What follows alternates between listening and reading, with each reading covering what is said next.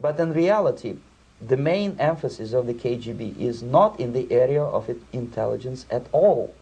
According to my opinion and opinion of many defectors of my caliber, only about 15% of time, money, and manpower is spent on espionage as such. The other 85% is a slow process which we call either ideological subversion or active measures, активные мероприятия in the language of the KGB, or psychological warfare. What it basically means is to change the perception of reality of every American to such an extent that despite of the abundance of information, no one is able to come to sensible conclusions in the interests of defending themselves, their families, their community, and their country. It's a great brainwashing process which goes very slow, and it's divided in 4 basic stages. The first one being demoralization. It takes from 15 to 20 years to demoralize a nation. Why that many years?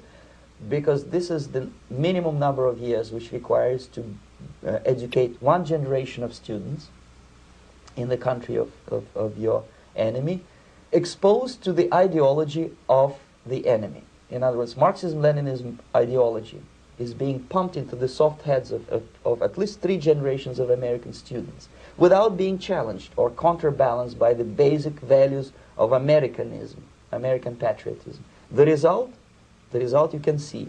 Most of the people who graduated in the 60s, dropouts or half-baked intellectuals, are now occupying the positions of power in the government, civil service, business, mass media, educational system. You are stuck with them. You cannot get rid of them. They are contaminated. They are programmed to think and react to certain stimuli in a certain pattern.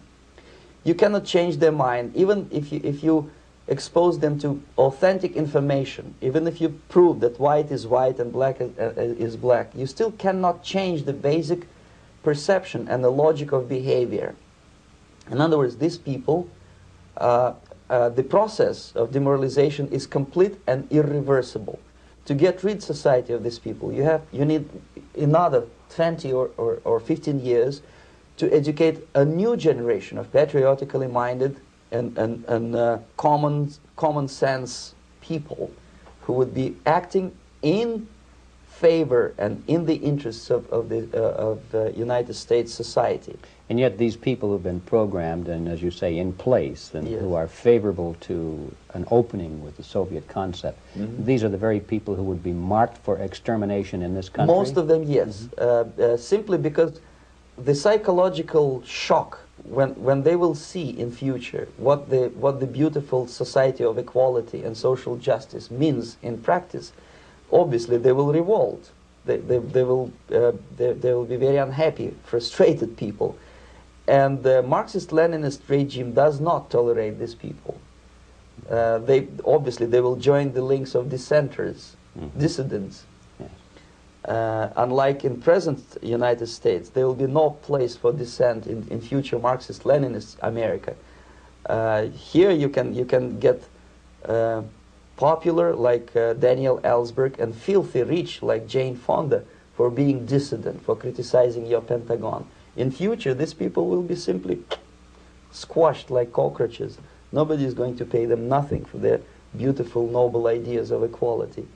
This they don't understand, and it will be greatest shock for them, of course.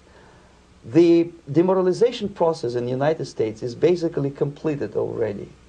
For the last 25 years. Actually, it's overfulfilled, because demoralization now reaches such areas where previously not even Comrade Andropov and all his experts would even dream of such a tremendous success.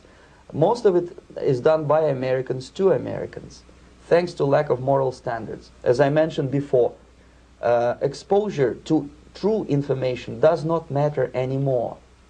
A person who was demoralized is unable to assess true information. The facts tell nothing to him.